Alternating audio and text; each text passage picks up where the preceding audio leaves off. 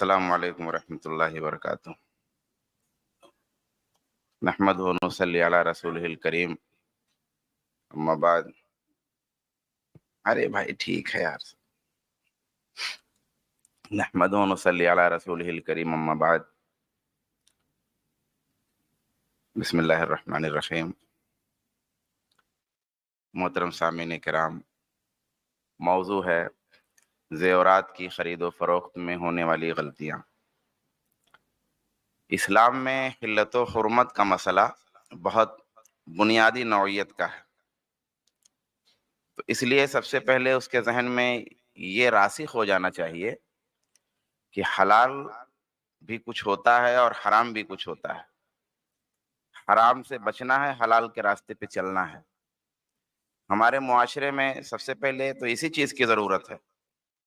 جب اس کانفرنس کے اشتہارات نکلنے لگے تو بہت سارے نام و نہاد دانشوران کی طرف سے کچھ سوالات آنے لگے کہ اس میں کتنے بزنس ایکسپرٹ ہیں۔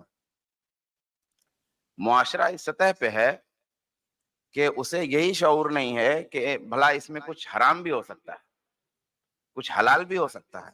معاشرے کی سطح یہ ہے، تو پہلے تو سطح دیکھنی ہے۔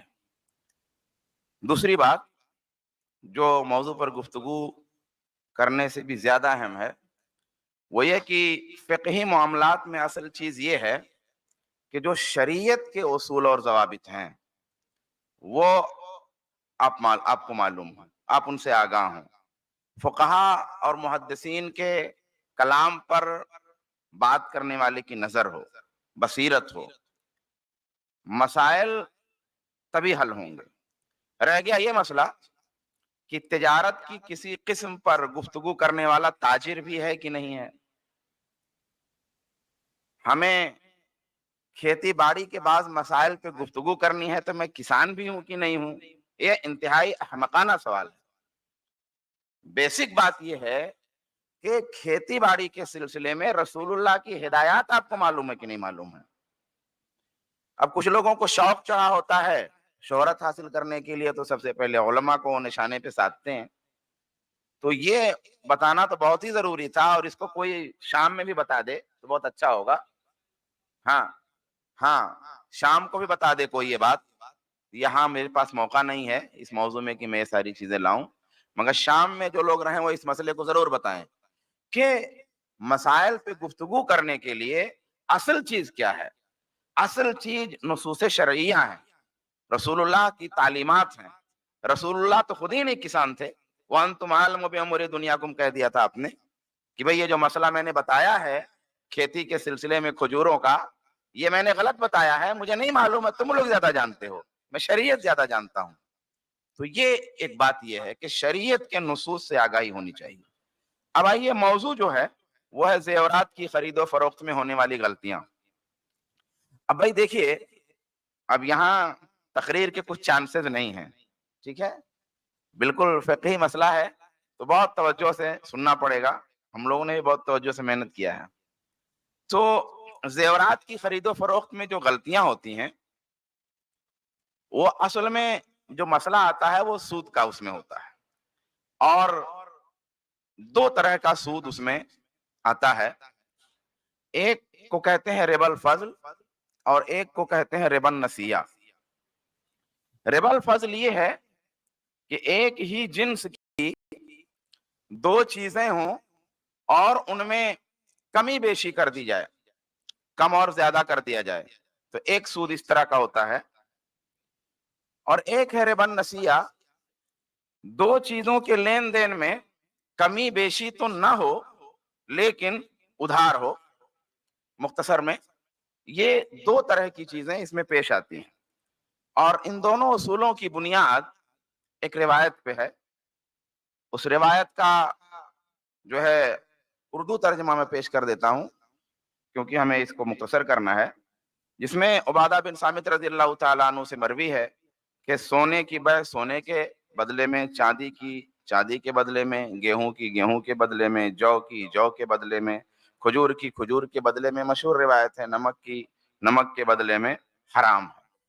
یہ کل 6 چیزوں کا نام لیا، اللہ ہے کہ دونوں طرف سے برابر ہو، سیم ہو، ادھر سے 1 کلو تو ادھر سے بھی 1 کلو، ادھر سے 10 گرام ہو تو ادھر سے بھی 10 گرام ہو، برابر ہو، اور نقد ہو، فوراً ہو، ادھار نہ ہو کہ آج آپ کو دے دوں کل لے لوں گا، یا آپ آج لے لیجئے میں کل دے دوں گا، ایسا کچھ نہ ہو، تب چل جو ہے۔ تو کہا کہ اگر مختلف ہو جائیں، یعنی یہ جو 6 نام میں نے لیے ہیں یہ الگ الگ ہو جائیں، تو پھر جیسا چاہیں کمی بیشی سب چلے گی، مگر ادھار نہیں چلے گا۔ یہ اس روایت کا خلاصہ ہے۔ اب یہاں پر تھوڑی سی اس بات پہ گفتگو ہونی تھی کہ یہ جو کل 6 اجناس ہیں، یعنی سونا، چاندی، گیہوں، جو، کھجور، نمک، اہل ظاہر کے موقف سے قطع نظر علماء نے ان 6 اجناس کو دوسری اجناس پر قیاس کیا ہے۔ اسی طرح اس روایت کے ساتھ دیگر روایات کو سامنے رکھتے ہوئے لین دین کی کل 4 بنیادی صورتیں ذکر کی ہیں۔ اس میں ایک ہے کہ جنس اور قدر ایک ہو، متحد القدر والجنس، یعنی جنس بھی ایک ہو اور قدر بھی ہو۔ جیسے تو یہاں پہ نقد اور برابری ضروری ہے، جیسے یہ 6 چیزیں۔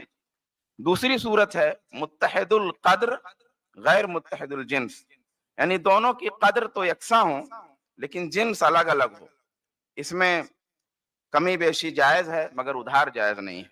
متحد الجنس غیر متحد القدر، یعنی دونوں کی جنس تو ایک ہو مگر قدر الگ الگ ہو، اس میں بھی کمی بیشی تو جائز ہے مگر ادھار جائز نہیں ہے۔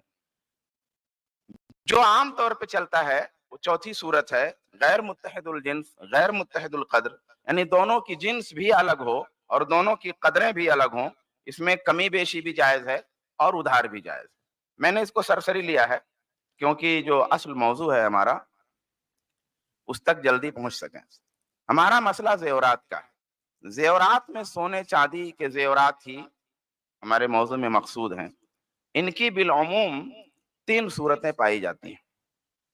سونے یا چاندی کا لین دین روپیہ یعنی کسی بھی ملک کی کرنسی سے، ہم سونا یا چاندی کا لین دین کر رہے ہیں اور کس سے کر رہے ہیں؟ روپے سے کر رہے ہیں، پیسے سے کر رہے ہیں، یہ ایک صورت ہوتی ہے۔ دوسری صورت ہے سونے کا لین دین سونے سے یا چاندی کا لین دین چاندی سے، ایسا بھی ہوتا ہے، اس طرح بھی لوگ کرتے ہیں، سونا لے کے جاتے ہیں اور اس کے عوض میں سونا لیتے ہیں، چاندی لے کے جاتے ہیں اور اس کے عوض میں چاندی لیتے ہیں، جو بھی کئی ساری صورتیں ہیں لیکن بیسک صورت یہ موجود ہوتی ہے۔ تیسری صورت ہے سونے کا لین دین چاندی سے اور چاندی کا لین دین سونے سے، یعنی ہم چاندی لے کے گئے 1 تولہ 1.5 تولہ جو بھی ہے، اور اس کے بدلے میں ہم نے سونا لیا یا اس کا زیور لیا، اور ایسے ہی سونا لے کے گئے اور ہم کو چاندی کے زیور کی ضرورت ہے تو ہم نے اس کے بدلے میں چاندی کا زیور لیا۔ عام طور پہ یہ 3 صورتیں پیش آتی ہیں۔ جو پہلی صورت ہے کہ سونے یا چاندی کا لین دین کسی ملک کی کرنسی سے، تو سونے کی اور جو ہے یا چاندی کا لین دین جب ہم روپیہ سے کرتے ہیں تو اس میں کمی بیشی تو درست ہے مگر ادھار درست نہیں ہے۔ جیسے ہماری طرف سے مثلا 50,000 روپیہ ہے تو اب دوسری طرف سے 50 گرام تھوڑی ملے گا، کچھ کا کچھ ہو سکتا ہے، ہمارا روپیہ بالکل مختلف ہوگا اور ہم جو زیور لیں گے وہ مختلف ہوگا، اس میں کمی بیشی ہوگی۔ ہم جب روپے سے سونے چاندی کا معاملہ کریں گے تو اس میں کیا ہوگا کہ کمی بیشی اس میں درست ہے مگر ادھار درست نہیں ہے، کیونکہ سونا چاندی اور کرنسی جمہور فقہا کے نزدیک ثمنیت میں یکساں ہیں، یعنی دونوں کو یہ مانا گیا ہے کہ جس طرح چاندی قیمت رکھتی ہے ضروری طور پہ اس کے ساتھ ملازم ہے، جیسے سونے کی قیمت ہے، سونا اپنے اندر قیمت رکھتا ہے، ایسے ہی جو روپیہ پیسہ ہے اس کے اندر بھی قیمت موجود ہے، اس کو ثمنیت کے لفظ سے یاد کرتے ہیں۔ تو چونکہ دونوں میں ثمنیت یکساں ہے اس لیے اس میں ادھار درست نہیں ہے، کمی بیشی تو چلے گی لیکن ادھار درست نہیں ہے سونے اور چاندی کا روپے سے۔ یہ ایک صورت، یہی صورت اگر ذہن میں رہے تو پھر ہمیں کھٹکے گا اور جب ہمیں کھٹکے گا تو پھر ہم علماء سے مسئلہ پوچھیں گے. تو یہ کانفرنس تو ہو ہی اسی لیے رہی ہے کہ اس کا احساس پیدا ہو جائے. رہ گیا یہ مسئلہ کہ وہ تمام تر دقیق باریک فقہی مسائل یہاں بیان ہو جائیں اور سب بزنس ایکسپرٹ یہاں آ جائیں, شریعت جانے یا نہ جانے, تو نہ تو یہ مقصود ہے اور نہ ایسا ہونا ہے. یہ بالکل تو غلط ہی ہو جائے گا. تو جمہور جو میں نے کہا, جمہور کہنے کا مطلب یہ ہے کہ کچھ لوگ اس کے خلاف بھی گئے ہوں گے. بہرحال یہ راجح مسئلہ, یہ پہلی صورت ہوئی.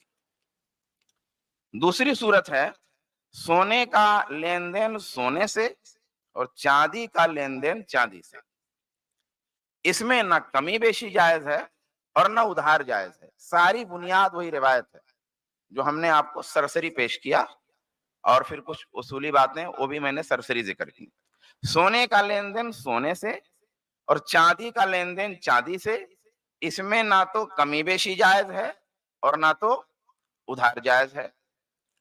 مثال کے طور پہ آپ سونار کے پاس سونا لے کے جاتے ہیں, اس سے کچھ لینا ہے تو آپ کو کم سونا نہیں دے سکتا.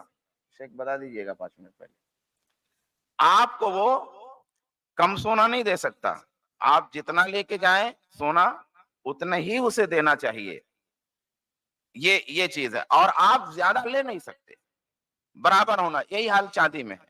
چاندی آپ جتنی لے کے گئے ہیں اس کو اتنا ہی دینا ہے, وہ کم نہ دے, آپ زیادہ نہ لیں. تو جب سونے کا لین دین سونے سے ہوگا اور چاندی کا لین دین چاندی سے ہوگا, تو اس میں دونوں طرف سے, نہ ہماری طرف سے نہ دکان والے کی طرف سے کمی بیشی نہیں ہوگی اور نہ تو ادھار ہوگا. یہ دونوں چیزیں غلط ہیں.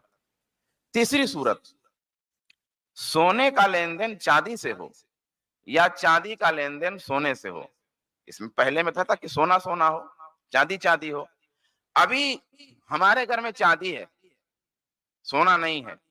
اب مجھے ضرورت ہے سونے کی تو میں چاندی لے کے چلے گیا, سونا لے لوں گا. یا سونا ہے اور کسی وجہ سے ضرورت ہے ہم کو چاندی کی, تو ہم سونا لے کے گئے اور ہم کو چاندی چاہیے. تو کہا سونے کا لین دین چاندی سے ہو یا چاندی کا لین دین سونے سے ہو, تو یہاں کمی بیشی تو جائز ہے مگر ادھار جائز نہیں. یعنی ان دونوں طرف سے کم زیادہ تو ہو سکتا ہے, لیکن یہ کہ میں ادھار کر دوں میری طرف سے یا اس کی طرف سے, ادھار ہو, فوراً معاملہ نہ ہو, نقد نہ ہو, یہ جائز نہیں ہے. مثال کے طور پہ آپ 1 تولہ چاندی لے کر سونار کے یہاں گئے اور اس نے آدھا تولہ سونا دیا بالفرض. اب وہ قیمت ہم نے نہیں اندازہ لگایا کہ پرفیکٹ رہے ایک دم. تو 1 تولہ چاندی لے کے گئے سونار کے یہاں اور اس نے آدھا تولہ سونا دیا. یہ صحیح ہے, یہ صحیح ہے, یہ کمی بیشی صحیح ہے, لیکن ادھار درست نہیں.